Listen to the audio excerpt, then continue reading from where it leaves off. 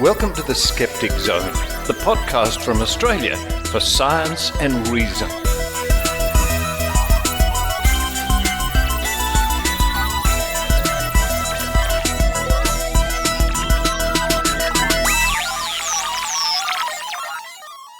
Yes, it's the Skeptic Zone podcast, episode number 847 for the 29th of December 2024. Richard Saunders coming to you from Sydney, Australia. And a shout out to my friend Brian Dunning from the Skeptoid podcast. Happy birthday, Brian. Have one of those nice brews from Bend on me. Now, this is the last episode of the Skeptic Zone for 2024.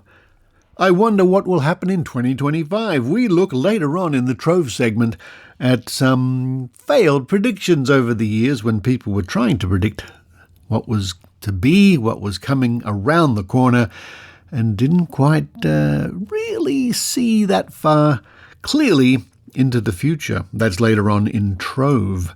And speaking of predictions, we also have a segment dealing with UFOs and drones and what people have been predicting for those. One person in particular, a winner, a former winner or a past winner of the Bent Spoon Award, but we'll get to that later on in the episode. Droning on about drones. Also in this episode, Kat McLeod, one of the loons from Canada, talks to us about ghosts and why ghosts look the way they do. Well, sort of. But why do we have the classic idea in our head of what a ghost should look like? Kat McLeod looks for ghosts. What does she find? We'll find out soon. But right at the top of the show, coming up next, it's the quiz. It's the quiz from the loons from Canada, both of them, from Kate and Allie.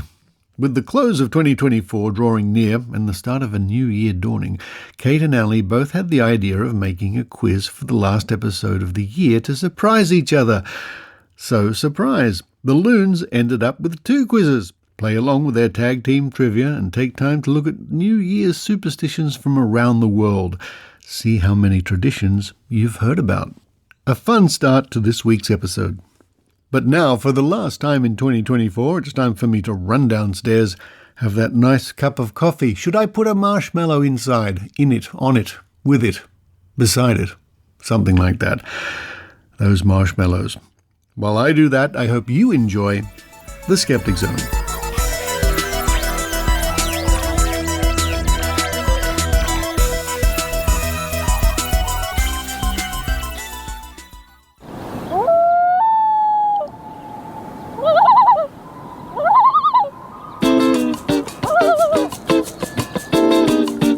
It's the loons from Canada. Here's Kate and Allie. Hey everyone, it's Kate and Allie coming to you from Canada. Hi Kate. Hi Allie, how are you? I'm doing well. Are you staying warm? Mostly. You know, it's that special time of year. Ooh.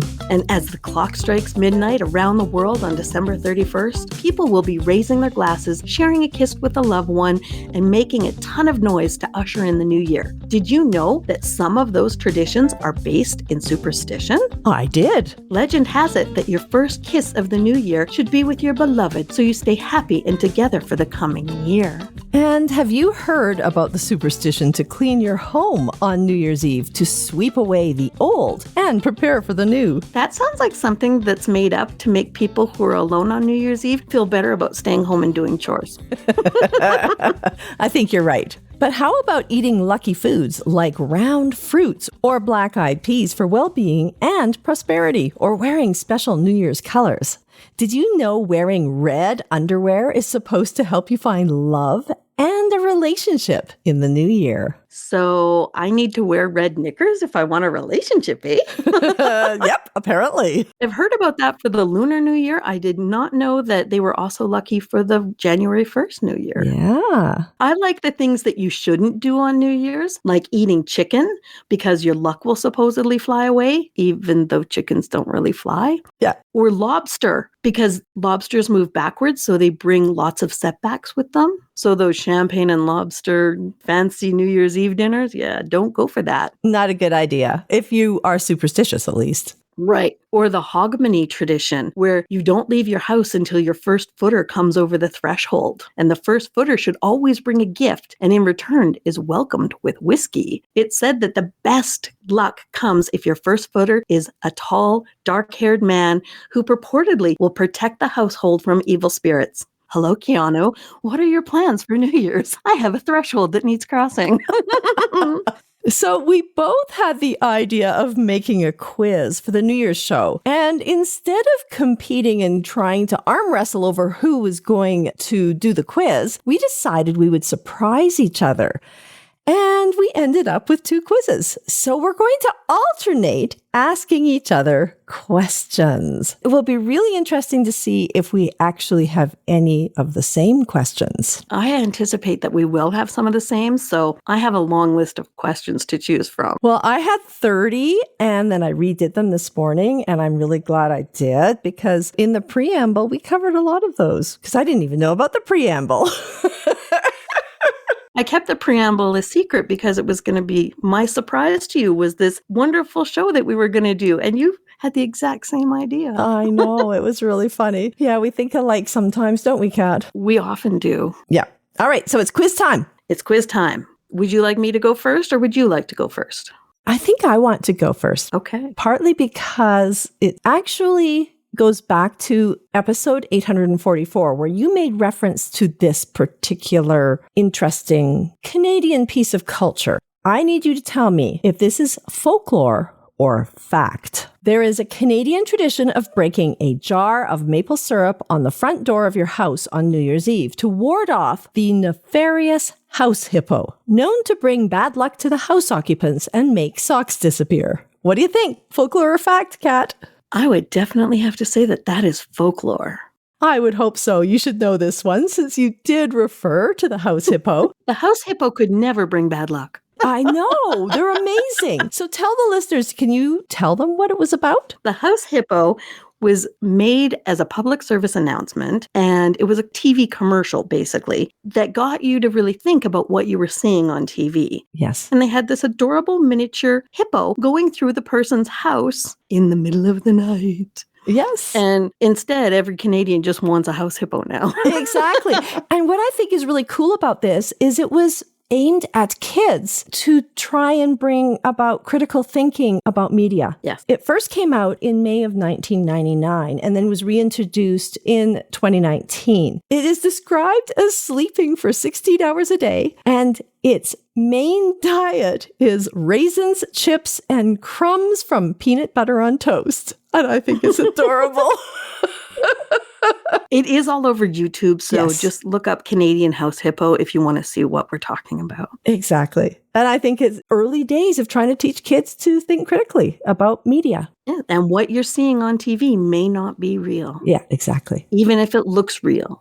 Yes. And they did a pretty good job. They did an excellent job. Yeah, it was wonderful. All right, your turn. Right, my turn. My questions are more along the line of why would a superstitious person partake or avoid a particular thing? Ooh, you're going to make me think. Ooh. I'm going to make you think a little bit. Okay. This first one is keeping your cupboards and pantry fully stocked on New Year's Eve. And this is not a throwback to the Y2K preppers, which was shockingly 25 years ago. So why do you suppose a superstitious person might do or not do that? I would guess it was to hopefully avoid famine or future loss of luck, I guess, too. Exactly. Yeah. It's to avoid hardship and poverty in the new year. Hit me with another question. So my questions are all a little bit different from each other. This next one is about, you know how in New York City they drop the big ball to celebrate the new year. Mm-hmm. So many locations around the world, not just in the United States, do start the beginning of a year by raising or lowering an object. So my question is, what did Hong Kong drop or raise from 1993 to 2015? Oh my, I should know this. I wouldn't have known it.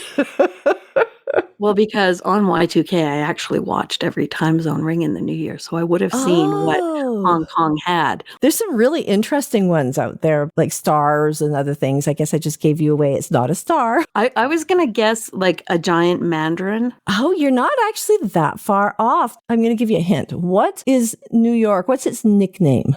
The Big Apple. Yeah, so they dropped an apple. They would drop an apple in the plaza using electronic signage. So there you go.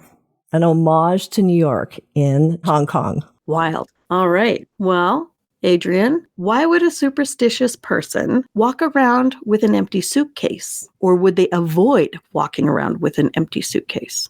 My guess is they would avoid walking around with an empty suitcase. For that same reason as your previous question, which is you want things to represent having things, having luck, having prosperity. That's my guess. Oh. This is a Colombian superstition, which is spread throughout South America. And you're supposed to run around with an empty suitcase, and it will allow you to welcome in new experiences, adventures, and a year full of travel. There you go. But I guess you don't pack ahead. It's got to be an empty suitcase. I don't understand superstitions. I just report on them. There you go. All right. So this next one, I want you to tell me if this sounds like it's true or not. So true or false? Okay. In many areas of Ireland, it was traditional to bake a large barmbrack on New Year's Eve by the woman of the house. As nightfall approached, 3 bites would be taken out of the cake by the man of the house and thrown against the front door while invoking the Holy Spirit. And this was to ward off poverty or starvation. After an invocation, the family would gather and eat the fragments of the cake. What do you think? I'm going to go with true because it's so weird. I want it to be true. Yes, it is true. They actually have several traditions. There's another one that they have regarding barmbrack, but this one is specific to New Year's Eve. So apparently this is something that in many areas of Ireland that they actually do. Why not just pull off chunks of the bread instead of biting it and then having other people eat what you've bitten, which is kind of nasty? I don't know. Then throw it against the front door. It's very strange. 5-second rule. There's a whole Wikipedia page about barmbrack that talks about the various traditions that have been over the years performed by the Irish. It's quite interesting. Adrian, if you were superstitious. I touch wood all the time. It's my head. My official quiz question. Would a superstitious person do the following or not do the following? Throw furniture out of a window on New Year's Eve. Well, that sounds so crazy. I'm going to say yes, they would do that.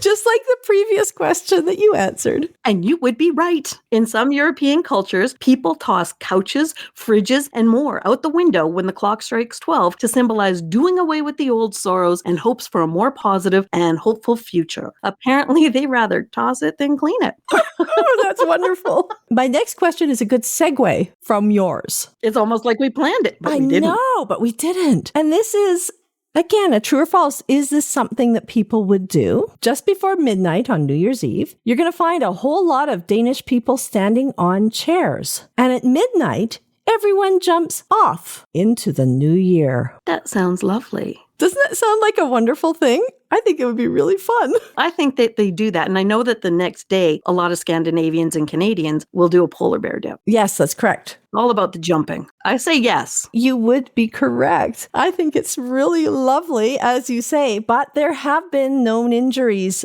from people because they've been drinking too much. If you were superstitious, would you want to wear polka dots on New Year's Eve or would you want to avoid it? Ooh, I would want to wear polka dots. It's because it's related to the thing we talked about in the intro, which is circles represent prosperity and good luck. Stop being so smart.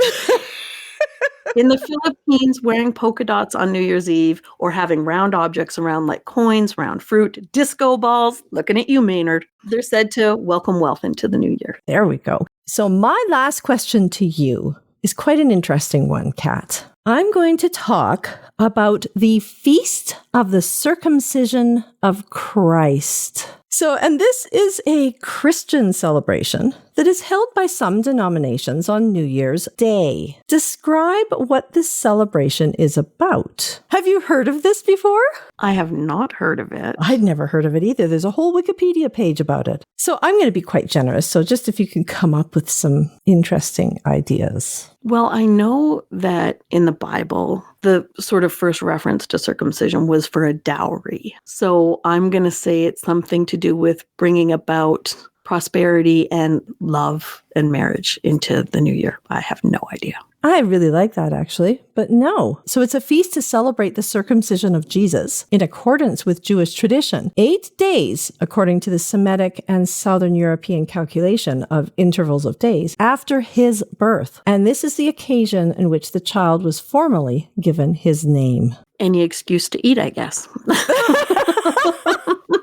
Yeah, have a celebration. I've never heard of that. Yeah, that's the day apparently that he was given his name. Okay, well, I will select my last question, also based on New Year's Day. Ooh. If you're superstitious, would you wash or not wash your dirty clothes? I've actually heard this and I don't remember which one it is. I would like to say that based on the fact that a lot of people after celebrating may not feel like doing laundry the next day, that it would be kind of nice not to, because you want to sort of keep the luck going on the dirty clothes, that kind of idea. But then there's a part of me that says you need to start the new year fresh. So you can rationalize either. It's kind of like the number 3, where it's lucky in some instances, but unlucky in others. Depends on people's beliefs or perspectives or the day of the week. You are just determined to get math into this, aren't you? I'm going to go with don't wash, because I would not want to have to do laundry on New Year's Day, and that's the only reason. You are correct. Ooh. If you do laundry on New Year's Day, you will be, quote, washing for the dead, end quote, which is you're washing away your loved ones. Wow. So meaning someone in your household will die in the coming year. So you better have all your clothes clean by New Year's Eve. I would not have guessed that as the reason, so my rationale was a little far off, but it worked. You know, I think that the one about the Feast of the Circumcision of Christ was a little unfair for you. So I'm going to give you a bonus. How does that sound? Yay! I love a bonus. In Spain, many celebrate the clock striking midnight by eating one of what for each clock strike? So they eat a total of 12. And this is apparently to bring good luck and prosperity into the new year. It would be grapes. Many Latin countries eat the grapes, one for each month. That is correct. Yes. I wonder how our listeners did. Yeah, I wonder. That was fun. Do you have any New Year's traditions that you partake in? Actually, we do. We have a sensible but fun tradition within our family. We get together New Year's Eve and play board games until the new year. That's lovely. Yeah. So it's pretty, we have a meal. It's usually something fairly straightforward, pizza, or we'll order in Chinese, or nobody cooks. I might have some appetizers, but nobody does any work. We just get together and we sit down and play board games and we laugh. As we're getting older though, sometimes we don't make it till midnight. It's pretty bad. We haven't gone out for New Year's in years. What about you, Kat? Have you got some traditions? I have one tradition that I'll willingly speak about. This started about a dozen years ago, and I started on January 1st. I keep a small pad of paper and a pen next to my bed, and every night before I go to bed, I try and think of something that made me happy, brought me joy, something exciting. I write it down, and I put it in my happiness vase. Yeah, that's wonderful. And then on New Year's Eve, I dump out all the memories, and I read all the best moments of the year that has just ended. What's really ironic, I guess, is the year I started it was the worst year of my life. I did not know it was going to be the worst year of my life, but a lot of my family members died. It was very difficult. And so that New Year's Eve, I poured out all the best memories, and there weren't a lot of them, but it was nice to remember that some good things happened that year. Right. Because it's really easy to look back and only remember all the sadness and all the upset. Yeah, it was very really much so. good to look back and go, hey, I did smile this year. It's, I think, a really good strategy for everybody. And I had no idea when I started it that I was going to need it 12 months later, but I was really grateful that I had started that tradition. So I've kept it going ever since. That's maybe my New Year's resolution. Get myself a happiness phase. Well, and you can use a jar, you can use anything. I'm just fancy, and so mine is a vase, clearly. And nobody even has to ever see it. Right. It can just be your own little private thing, or it can be a family thing. Right. I mean, a family might need a bucket. I'm just saying. I hope you all have so many happy memories in 2025 that you need a happiness bucket. Yeah, that's wonderful. Yeah, and that's a good way to finish, Kat. We wish everybody a happy new year and a prosperous new year, with or without superstition. Exactly.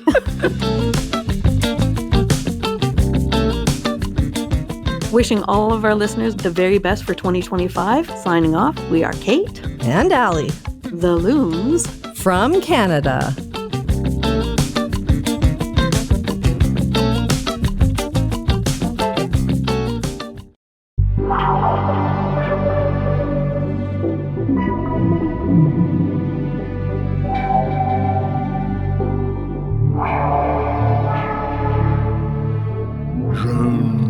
Drones, droning on about drones. You might remember a week or two ago, the internet was buzzing with drones. All these drones flying over New Jersey and other states, and UFO,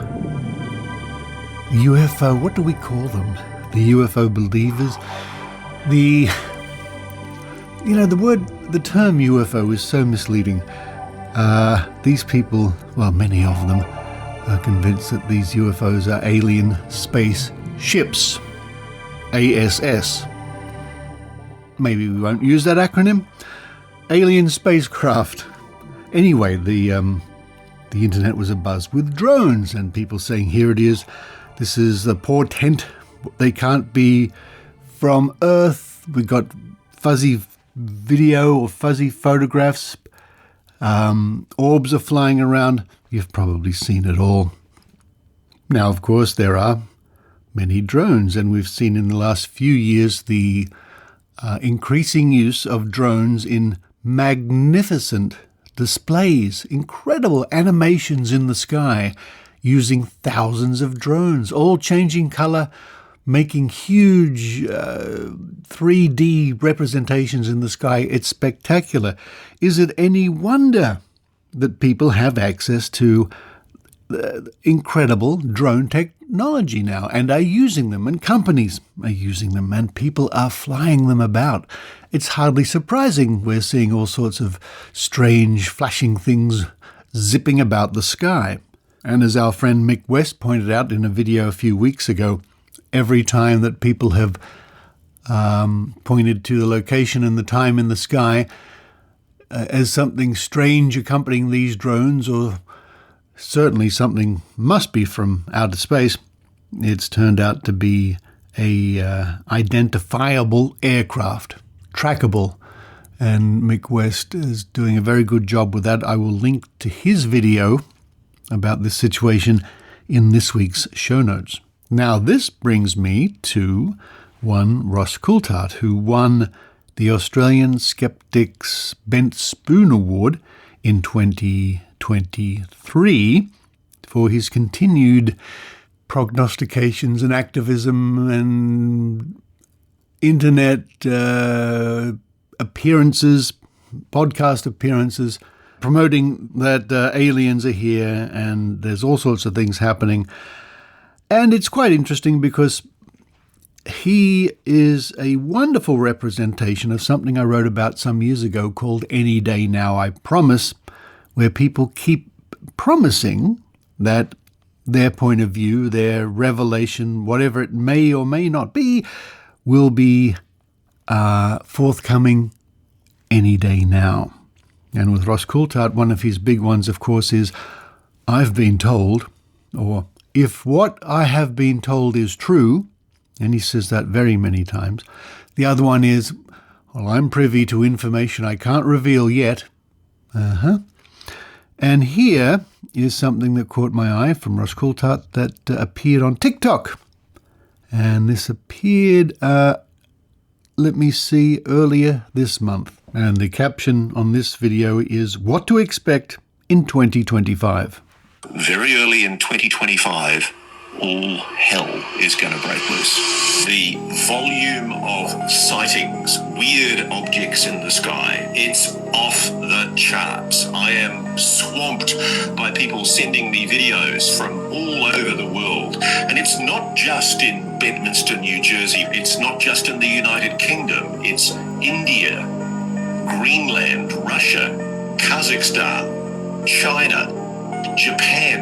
I cannot believe the volume of sightings that are going on at the moment. Something is showing itself in our skies. We are going to look back and we are going to say that the autumn of the drones was a turning point. There's consistent sightings of drones over military facilities. It sounds like nothing at the moment, but I wager it's going to turn out to be enormous. I think 2024 in future will be seen, ironically, as the calm before the storm. A reckoning is coming. You heard it here. You heard it here. A reckoning is coming and he's going to wager. And of course what's going to happen is this story will fade probably into the pop culture of history, and Ross Coulthart will find something else that he can say any day now, or I've been told and I can't tell you, or if what I've been told is true, and so on and so forth. He does go on the record, because these things are there forever, but it doesn't seem to matter. No matter what happens or doesn't happen, the UFO proponents will simply carry on. And I've made this analogy before. If you know the story about the little boy who cried wolf, he kept crying wolf, and eventually the villagers didn't believe him when the big bad wolf came along. Well, in this situation, the wolf never comes, and people keep crying wolf regardless.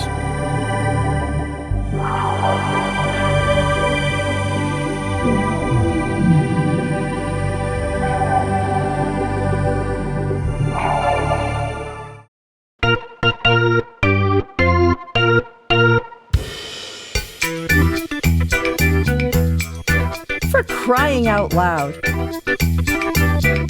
It's Kat McLeod. Hello, this is Kat McLeod, coming to you from latitude 53.5-ish in the Northern Hemisphere.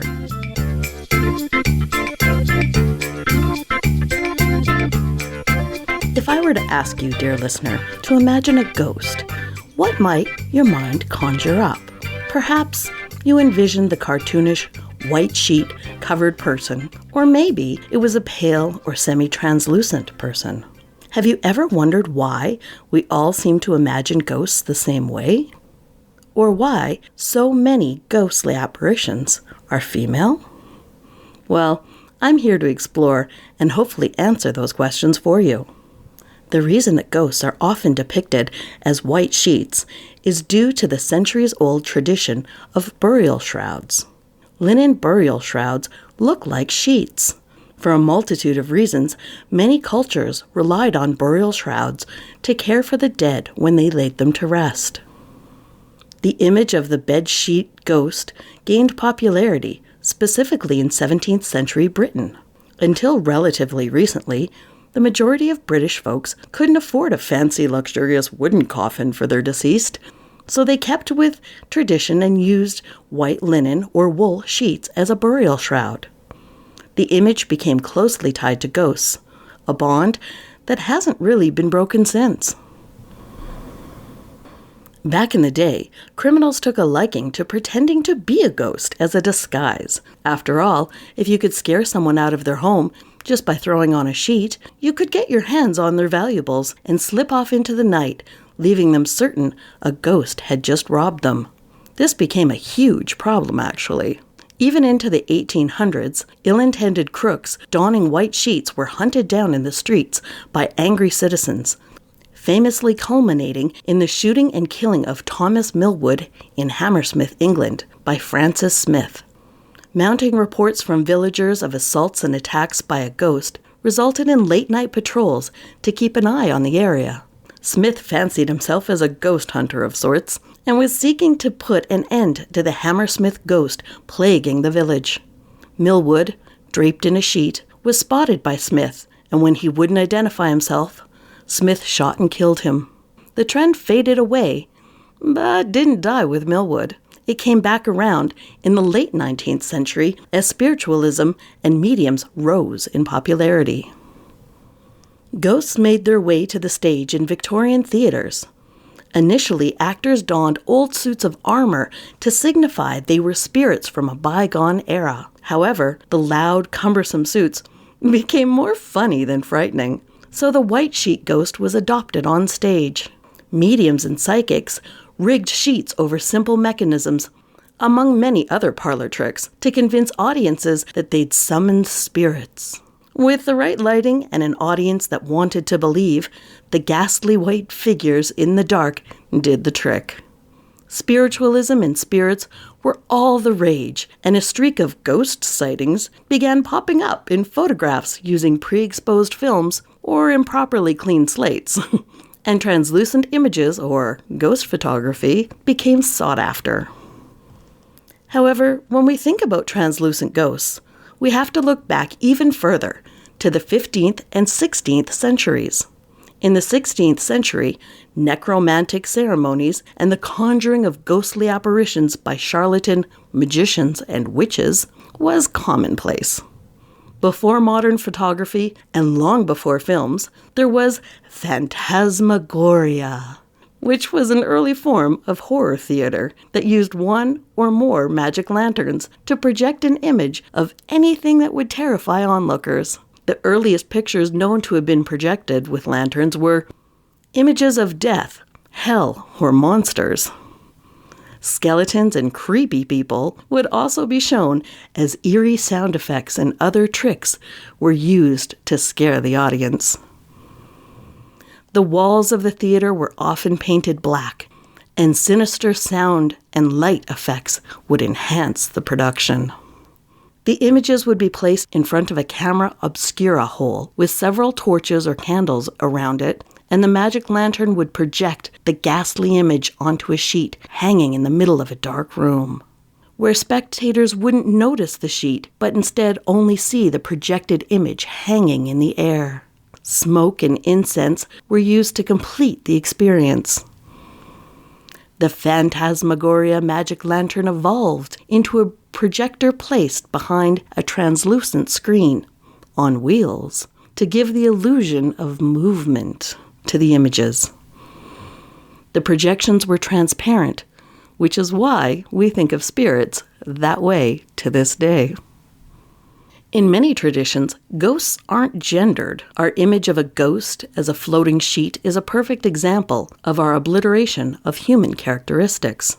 However, when spirit sightings are gendered, they are frequently female. From La Llorona to banshees to the insert your descriptive color of choice here, ladies. Female ghosts seem to greatly outnumber the males. In 17th century China, there was a glorification of romance and love, with theater and great literature extolling the virtues and power of love. Love is supposed to conquer all, so of course, in stories, it can bring the dead back to life. Many of the ghost stories and plays from this time are about love and sex. There are stories involving a living man having sex with a female ghost, and that act miraculously bringing her back to life. Though sometimes the act would kill the man rather than resurrect the woman.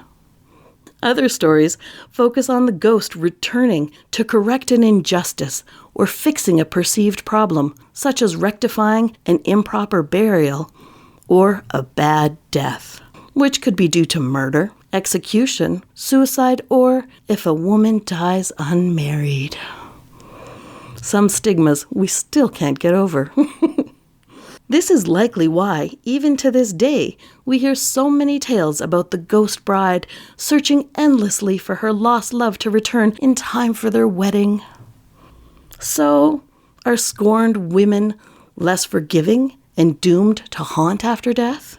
Are women just more motivated to return after they shuffle off their mortal coil?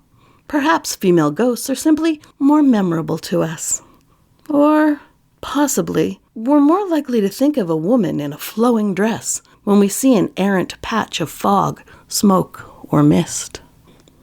Edgar Allan Poe once wrote that dead women are more emotionally resonant than dead men. Poe wrote, quote, "The death, then, of a beautiful woman is unquestionably the most poetical topic in the world," end quote. In his essay, The Philosophy of Composition. Before funeral homes were commonplace, and in fact, still practiced in some religions to this day, it has traditionally been women who washed and prepared the dead before burial, strengthening their connection with death. Add to that a fondness for the romanticizing of death, like Poe did, and you've set the stage for the memorable ghosts of dead women. From Casper the Friendly Ghost to the Grey Lady to the Ghost Brides, the public's perception about ghosts is influenced by how the media portrays them, which in turn has been heavily influenced by long-standing cultural memories, folklore, and tales passed on from one generation to the next. This also explains why ghosts are usually pale and white, instead of being spirits of people of color. With the exception of tales about haunted indigenous burial grounds, the vast majority of ghosts appear to be, conveniently, the same race as the people producing the media. So, sorry. Just like how reports of little green men in flying saucers morphed into the eerie gray men with large black eyes in alien lore over the years, our perception of ghosts is merely based on stories that we've been told. Until next time, stay curious and keep asking questions. This is Kat McLeod from Edmonton, Canada.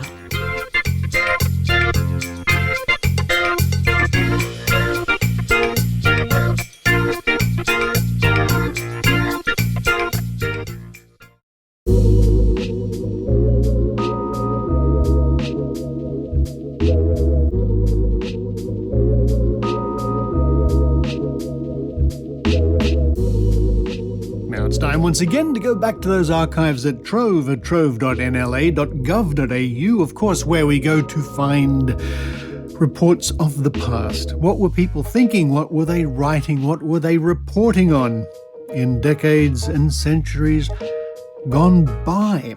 And with the new year looming, in fact, probably when some of you hear this, it will already be 2025, I thought about predictions and casting your mind into the future, or trying to get psychic insights, as some people claim to do. And I have come across a few interesting things to do with predicting the future and, well, not being so successful. And our first report comes from the pages of the Canberra Times, dated the 10th of March 1990, and this has to do with the pending federal election of the era. Astrology erupts into a bout of predictions by Craig Collins. What do astrologers think about the outcome of the March 24 federal election? Allie Griffin, principal of the College of Humanistic Astrology, says the Liberals will win.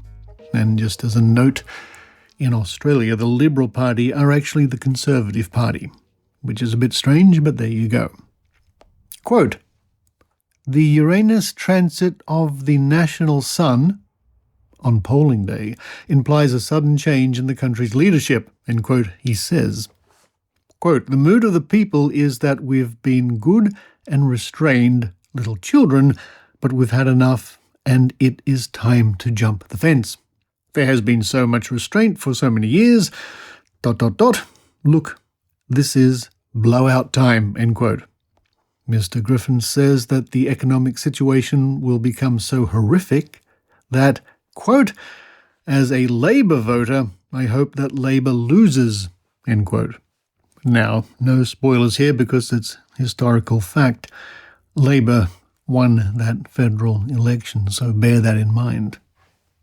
We read on. Such a dire economic forecast is shared by Ray Webb, editor of Astrological Monthly Review, Quote, regardless of the outcome of this election, the dismal national economic situation will continue until 1996-1997, end quote, he says.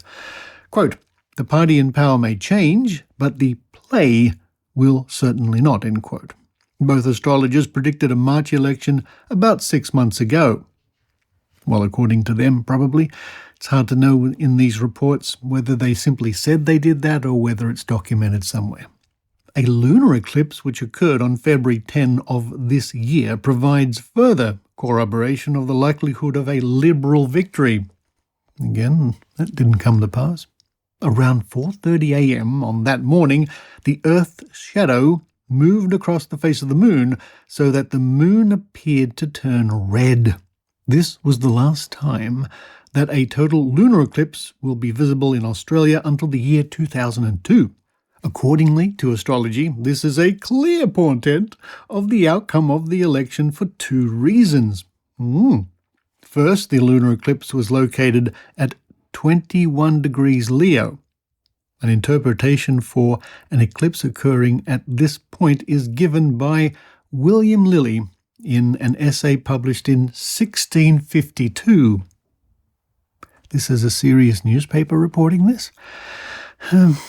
He said, quote, it swells and animates the dispositions both of the people and of the soldiery, so that they will run after novelties, desiring new laws and new governors, end quote.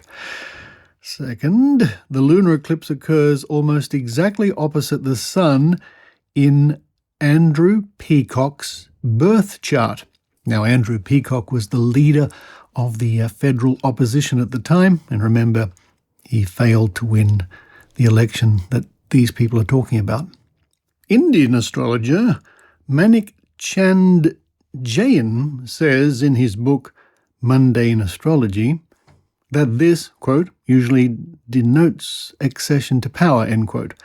Jain gives the example of John Quincy Adams, who, with the same eclipse configuration as Mr. Peacock's, happened just before his election, won the United States presidency in 1824. Another more general background influence on the election outcome might be the sunspot factor. The sun is currently erupting in worsening bouts of bad weather. The sun is currently erupting, and I think the next word is in, there's a big smudge on the page, in worsening bouts of bad weather as the 11-year sunspot cycle approaches in peak of activity. Again, there's a bit of a smudge on that side of the page. Earlier this year, a Soviet historian collected vast statistics of wars, mass immigrations, revolutions, and epidemics from 72 countries dating back to 600 BC.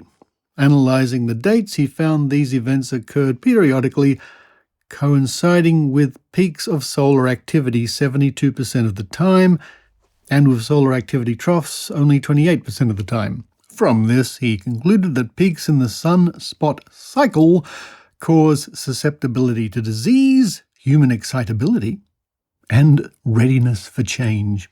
A survey of the current global scene, and Eastern Europe in particular, certainly shows a fair measure of human excitability and change. For instance, over the past 12 months, we have witnessed the following: the Tiananmen Square massacre in China, the overthrow and execution of President Ceausescu of Romania, the overthrow and extradition of General Noriega in Panama, the destruction of the Berlin Wall, and the overthrow of the East German government. The release of Nelson Mandela after 26 years in prison in South Africa, the withdrawal of Soviet troops from Afghanistan and Czechoslovakia, unprecedented change in Poland, Hungary, Czechoslovakia, and the Soviet Union. In Australia, new political leaders in Queensland, Tasmania, Western Australia, and the Australian Capital Territory. Sunspot peaks. And if we look at the last two sunspot peaks, there were also significant signs of unrest. 1979 was around the time of the Iranian Revolution, the Soviet invasion of Afghanistan, the rise of solidarity in Poland, and when Margaret Thatcher rose to power after Britain's Winter of Discontent. 1969 was marked by student uprising and turbulence of the Vietnam War protests. If he is right about the sunspot factor, then now is hardly a good time for Bob Hawke, who was the Prime Minister at the time and again went on to win the election they're talking about, to be pushing for the status quo. And, if the astrologers are right, then the time is ripe for Andrew Peacock to become Prime Minister, which he didn't. In Shakespeare's Julius Caesar, a soothsayer warns the Roman Emperor to, quote, beware the Ides of March, end quote, or March 14, just before his downfall. A message to Bob Hawke might read, quote, beware the Ides of March plus 10 days, end quote. Now, reading that report way back in 1990 when it was published was Drew Meek, who was the then secretary of Canberra Skeptics. And we have a follow-up here, which was published on the 13th of April 1990. Soothsayers were wrong. Received April 10. On March 10, your paper reported the predictions of various soothsayers about the result of the federal elections. According to these mystics, Peacock's horoscope, sunspots and lunar eclipses all indicated a change of government. We would like to hear what excuse the principal of the College of Humanistic Astrology can give for his failed predictions of a Liberal win. What happened to the, quote, Uranus transit of the national sun, end quote? Whatever that might mean. Why should anyone be interested in his college when his skills are clearly worthless? As is often the case in media reportings of psychics, UFO sightings, astrologers, etc., the initial claims are given prominence, but later events which show these claims to be without foundation are rarely reported. The effect of this is that the public often accepts unsubstantiated claims as facts. The Canberra Skeptics, as part of our published predictions for 1990, forecast a Labor victory, with the Democrats holding the balance of power. Application of observation and rational thought has proved more powerful in predicting events than reliance on alleged astral influences. Andrew Meek, Secretary, Canberra Skeptics. Well said, Andrew Meek. Now we have some failed predictions from the year 1990 again. This was published in the Canberra Times on the 2nd of January 1991. And this is a report from The Wire, as they say, from Reuters. And some of this rings familiar. So maybe way back in the past, some of these have made their way into Trove before, but here we go. This is the 2nd of January 1991. 'Twas a bad year for psychics. Cranston, Rhode Island. Remember 1990? It was supposed to be the year Fidel Castro became a television evangelist. Dog biscuits were going to cure baldness, and a tidal wave was going to flood New York City. Who said these things would happen? Psychics, the people who say they can find missing persons, identify criminals, and discover your secrets. This year, as in years past, a check of the predictions for 1990 reveals that psychics actually have an uncanny knack for being wrong. Few of the predictions are credible to start with, and many are meant just for laughs. The psychics, for example, said that in 1990 Mikhail Gorbachev would buy a holiday home in California and Pope John Paul II would make a hit record album of Beatles songs titled John Paul Sings John and Paul and George and Ringo. Over the years, psychic predictions tend to take on familiar themes. In 1990, for example, a cure for the common cold was supposed to have been found in squid ink, and a chemical created in the manufacture of dog biscuits was supposed to cure baldness. Psychics often forecast drastic career changes for people. In 1989, for example, the psychics said Zsa Zsa Gabor would become a follower of the Hare Krishna sect. Not only was 1990 supposed to be the year of Cuban President Fidel Castro becoming a television evangelist, Playboy publisher Hugh Hefner was supposed to become a born-again Christian, and Black American television hostess Oprah Winfrey was supposed to marry heavyweight boxer Mike Tyson. By now, Jacqueline Onassis should have tied the knot with rock star John Bon Jovi, among other forecasts that failed to come true during 1990. Women would start wearing scales, fins, and fake gills as a fashion fad. Senator Edward Kennedy would have a mental breakdown and become convinced he was JFK. Barbara Bush's hair would suddenly turn red, and a mysterious virus would be blamed. Scientists would discover that the AIDS virus came to Earth from the 1969 moon landing. People would take holidays in redecorated Trident submarines. Oil spilt on Alaska's coastline would spark hideous mutations in the local wildlife, and the National Guard would have to fight to keep tourists away from the two-headed sea lions and man-sized salmon. And finally, once more from the Canberra Times, this time dated the 31st of May, 1994, and this has to do with the Olympic Games held in Sydney in the year 2000. Why Sydney will lose the Games. Beijing. A famous Chinese psychic has predicted that Sydney will lose the right to hold the 2000 Olympics within the next 7 months, and that the Games will be transferred to Beijing.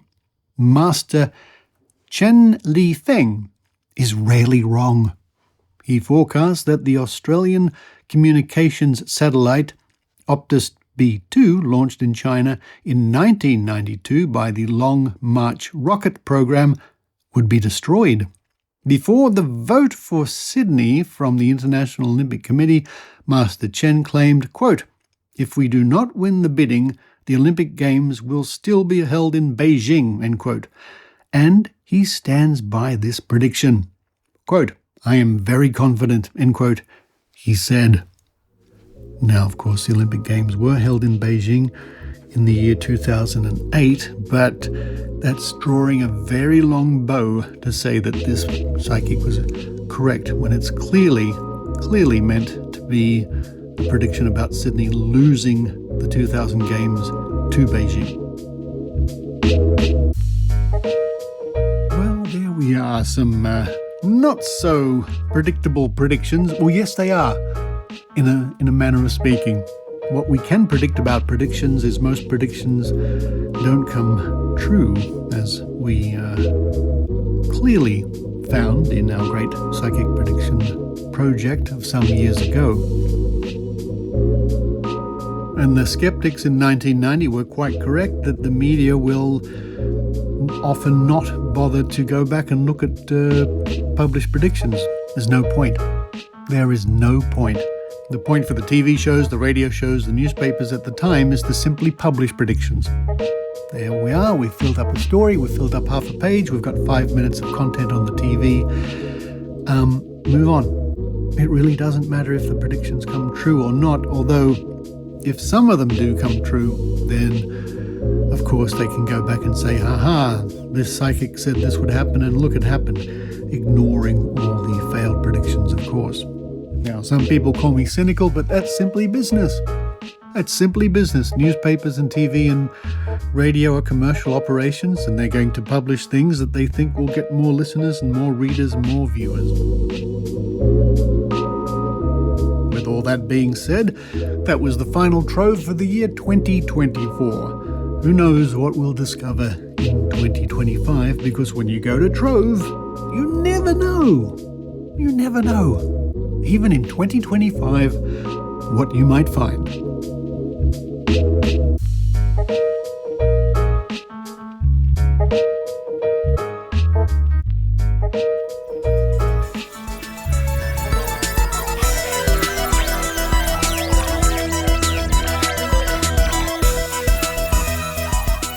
Thank you for listening to the Skeptic Zone podcast this week. And thank you to those wonderful people who support the Skeptic Zone at Patreon or PayPal. Without you, of course, there would be no Skeptic Zone. And thank you to those people who watch the show or watch and listen to the show on YouTube, where the audio is available. I've had a little bit of hit and miss lately with YouTube. They've struck some episodes out of the playlist because they claim they contravene health advice, etc. It's clear that it's just their automated system picking up on key words and deciding this episode should be banned. I even had a strike against the channel. Well, I'm in, as far as possible, because it's not an easy process, I'm in,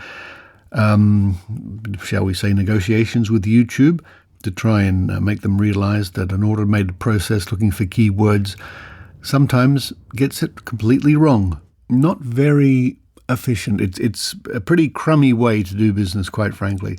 So not very delighted with YouTube at the moment, but I'm trying to overcome that. But anyway, the Skeptic Zone is available mostly on YouTube.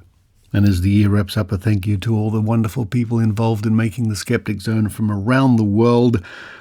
Those wonderful loons in Canada, my reporters in other parts of the world, in the United States, and here in Australia, of course, the invaluable checking fairy, the wonderful lady who checks my work and makes sure that I get my spelling correct.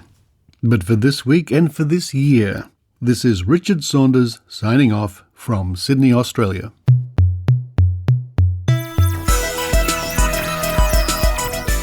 You've been listening to the Skeptic Zone podcast. Please visit our website at www.skepticzone.tv for episodes and show notes with links going back to 2008. You can follow the Skeptic Zone on Facebook, X, TikTok and YouTube by clicking the links at our homepage, together with links to support the show financially via Patreon or PayPal. The Skeptic Zone is an independent production. The views and opinions expressed by our guests are not necessarily those of the Skeptic Zone podcast or any other skeptical organisation.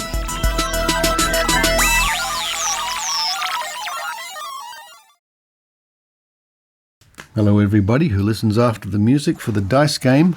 I've lost the dice. This can't be... It's not there. Wait, I just had it here. What the... This is... it was right in front of the microphone. I'm going to be rolling. People who don't know this part of the show, I roll a 10-sided die normally, or other people do, or who knows what. And it's up to you to use your psychic powers, or dumb luck, to guess the roll of a die. I'm going to roll it 3 times, and then I'll roll it again, because that's just the way we roll. 1, 2, 3, 4. And I will make my predictions before time. I'm going to predict 10 for the first roll, 8 for the next one, 9 and a 1. Here we go. And you can predict it as well, of course. Roll number 1, here it comes. 8. Well, I did predict an 8, but not for roll number 1. Oh well. Roll number 2, here it comes. 3. Not doing so well so far. Roll number 3 coming up. 4. Oh, come on. This is ridiculous. I've got to get 1. Come on. Roll number 4. Will I get a 1? Here it comes. What did you predict? Here it comes. Another 3. The last winning numbers for the year are 8, 3, 4, and 3.